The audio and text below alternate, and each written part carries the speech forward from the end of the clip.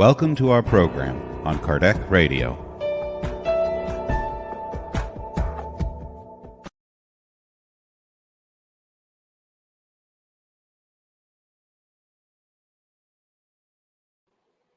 Welcome, dear friends, to Kardec Radio and the Spiritist Society of Virginia, here in our online spiritual care, which is our spiritual treatment at a distance.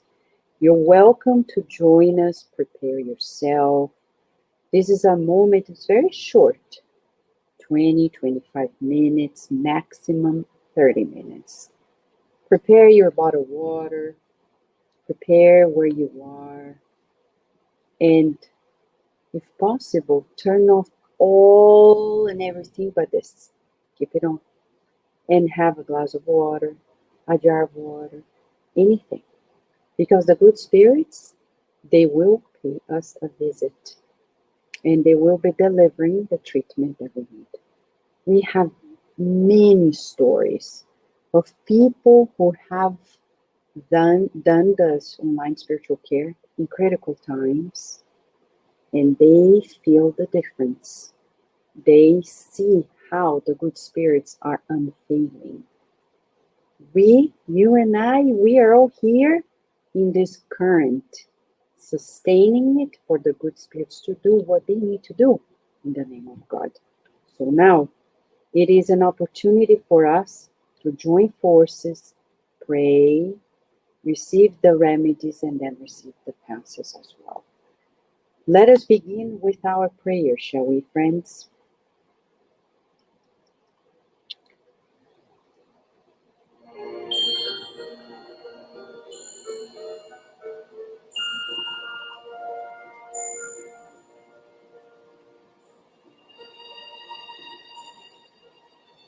Dear God, dear loving spirits, directors of the Spiritist Society of Virginia and Kardec Radio, it is a blessing for us to be here. It feels deeply renewing. We need new beginnings. We need to think and feel differently. Loving Master Jesus, you have patiently awaited us, always encouraging us to new beginnings. Thank you for health, resources, and the opportunity to partake in your governance of the earth as we learn to govern ourselves. As we are here united, incarnates, discarnates, in this presential and online connection. We visualize rays of healing light showering upon us. We see the loving spirit doctors traveling their way to see those who have their names in the book of prayer at Kardec Radio and the Spiritist Society of Virginia. I rejoice and feel your presence guiding us, all of us, inspiring each one of us, bringing solutions, resolutions to our inner remodeling. With deep gratitude and praiseworthy for God's greatness, we begin this therapeutic meeting with your loving permission, and so be it.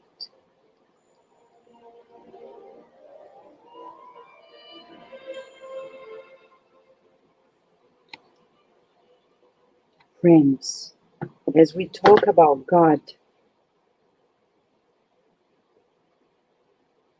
we are going to talk about divine assistance.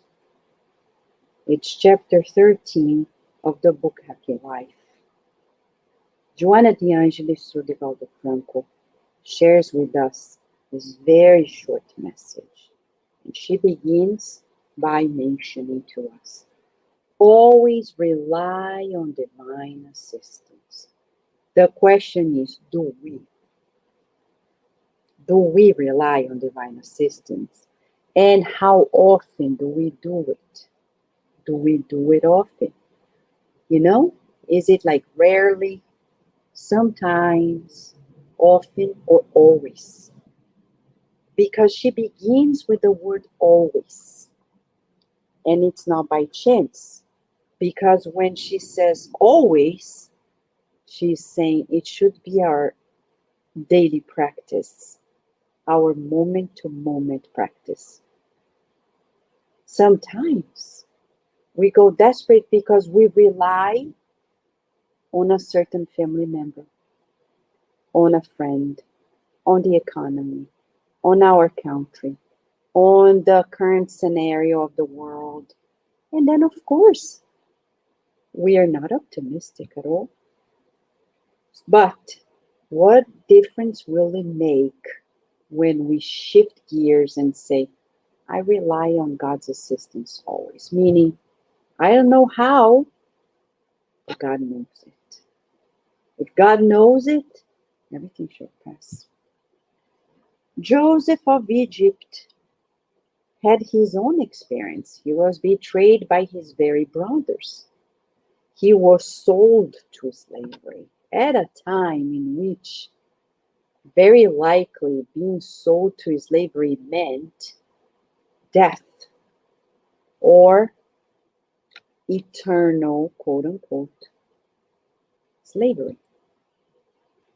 He could have gone desperate. Did he? Soon he understood God had a plan. He didn't know what plan it was, but he felt there was a reason for him to be somewhere else. And being captive, he kept himself delving within his connection with God. His mediumistic abilities kept opening up. He was a man, medium, who knew how to interpret the dreams, his dreams, the dreams of others. A guard had dreams he didn't understand. And Joseph was able to unveil the meaning, decoding the dream. One day, the Pharaoh himself was bothered by a dream where he couldn't understand the meaning, and it was very troublesome because he had a message that certainly meant a big deal for the nation. Back then, it was the empire of all times. And the guard got to know of how bothered, troubled the Pharaoh was, and recalled that captive man, Joseph, the Jewish one, knew how to interpret dreams. He called him up. And from there on, it's history. He not only saved the Jewish people, but he saved the very kingdom of Egypt, changing the course of history forever. He forgave his brothers, and he saved them also from famine. So he is an example, not by chance. He is there in the Bible, in the Genesis, reminding us of the importance of relying on God always. When people are looking at us and thinking, you're not going to amount to anything, you're never going to be able to do this, you can say, I believe in God, then there's nothing impossible for God. Nothing. Nowadays, you look at the news and you see 80, 90-year-old people graduating from high school, college, PhDs, showing to us nothing is impossible. You see elderly people accomplishing wonderful fitness activities, unlike many youth who are trashing their health out. So, what is impossible for God? Nothing. We cannot limit our lives by dictating the limit of our lives. Only God can. We rely on God.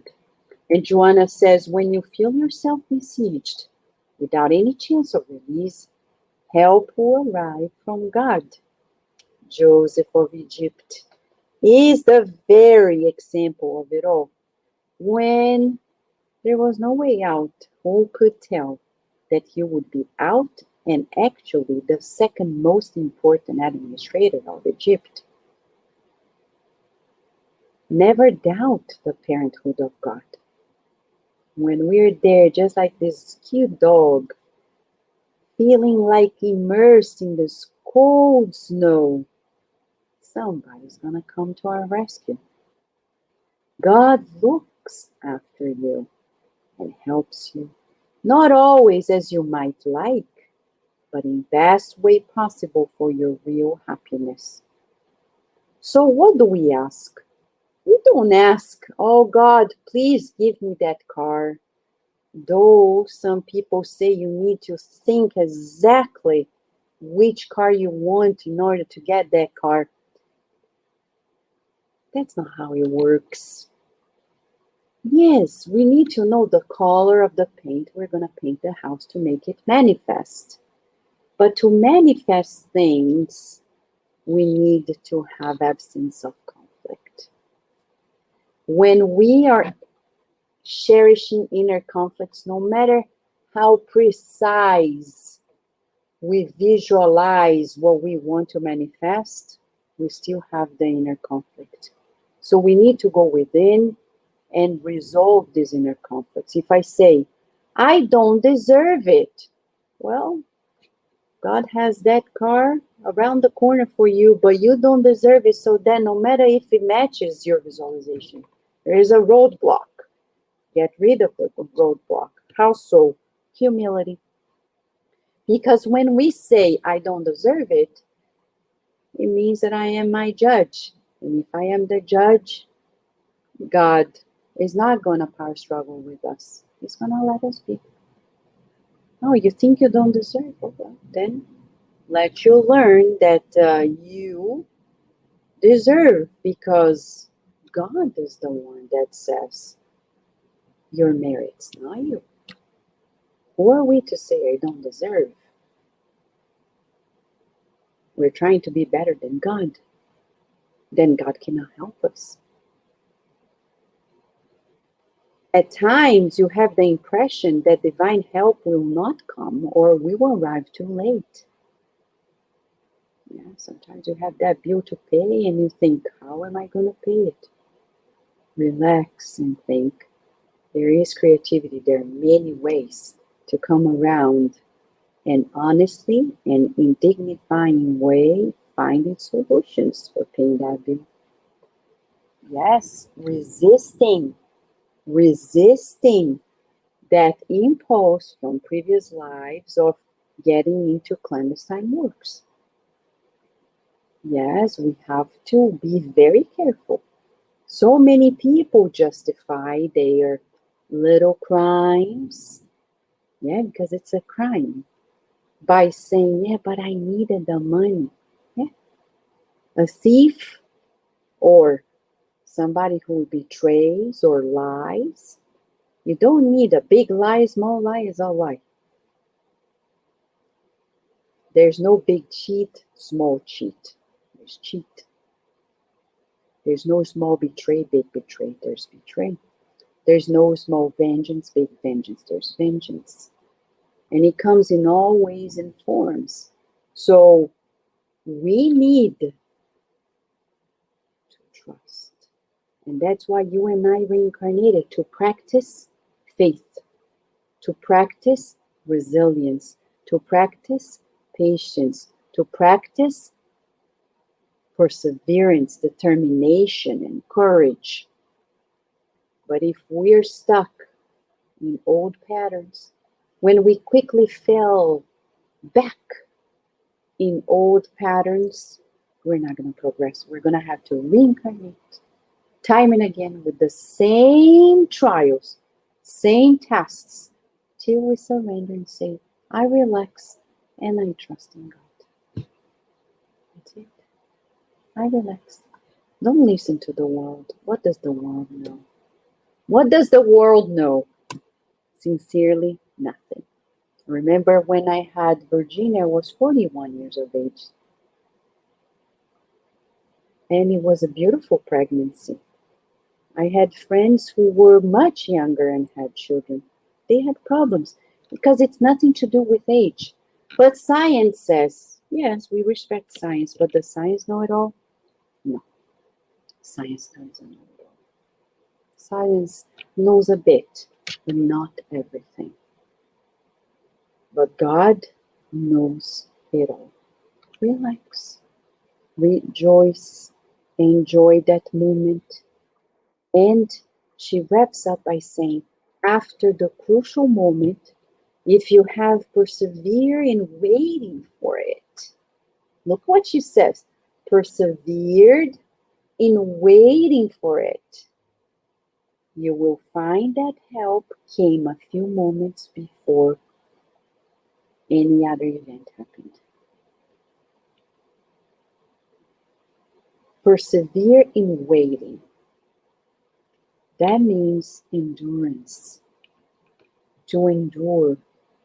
Yes, sometimes, like you're thirsty and you say, I'm going to buy a bottle of water. Well, you're just a mile away from home. Just wait. Go home and drink it at home. Why spending that money? Endure. Be resilient. So, wait.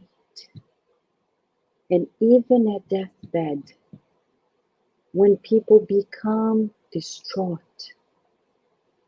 because they feel the end is coming, but they cannot control when the end is coming. That's the hardest. Because you have to persevere in waiting for the transition. What do we do then? We need to practice now. Practice this surrender to God. Total surrender. Like babies. Remember when you're a baby, you're not worried about anything. You didn't ask your mom, Mom, pick me up. Did you forget? Well, maybe if you had a wet diaper or you're hungry, but usually you trust. So feel yourself. That's the exercise for us. Total surrender is as if we're babies being rocked by God. Always. If you feel yourself like a baby being rocked by God, though we have to do our things, that way we're going to be practicing what Joanna de Angelis said at the beginning. Always rely on God. The ultimate model, of course, is Jesus. Because in good and bad times, he taught us how to rely on God, to surrender to God like a baby.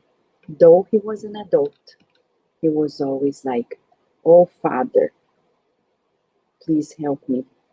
Sustain the plan, your will, not my will, but yours.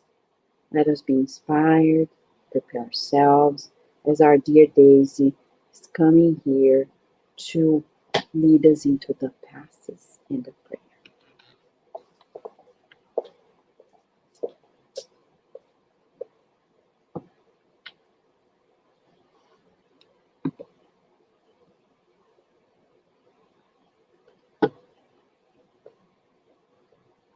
So we now ask everyone to close their eyes if you can.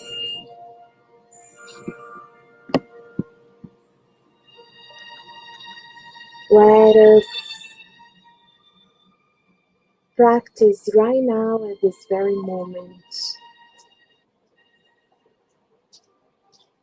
this trust in God, in His designs. Let us feel ourselves as this baby who is enveloped in the warm, caring, and loving arms of our Mother, Father God. Let us feel that whatever is troubling our hearts, keeping our minds awake, giving us anxiety, let us trust that God is taking care. He knows our inner petitions. God knows about our challenges and shortcomings. And He knows precisely the medicine. So feeling cared for, let us visualize that we are enveloped in this loving light that calms our hearts as we hear this voice saying, "You are light. You are love. You are joy of living. You are peace on earth. Trust me because I already know what you need at this moment. And everything that is happening right now shall also pass, because everything passes." As we hear this loving and kind voice, we see that this light radiates and envelops our loved ones. It envelops each room in our homes, recycling energies that are not welcome, rescuing those who need help and support. Let us visualize our loved ones and those connected to our hearts in both realms, being also enveloped by this healing light. We see that this light travels through our streets, reaching hospitals, nursing homes, shelters, those who are wandering the streets. This light reaches prisons, our neighbors' homes, and as it envelops our whole planet, we raise our vibrations even higher to say thank you, dear Lord of Life, for giving us so much, for providing everything that we need, even before we acknowledge it. And we thank you for the blessing of this reincarnation, the opportunity to learn, to grow, to readdress mistakes of the past. We are also thankful, dear Lord, for the shortcomings that come to teach us how to be stronger. And like Jesus tonight, we say, "Oh Lord, please continue enveloping us in your light, and shall your designs be materialized here on earth. And with much gratitude in our hearts, certain of love, of God's loving care, we ask His permission to close this online spiritual care retreat. And so be it.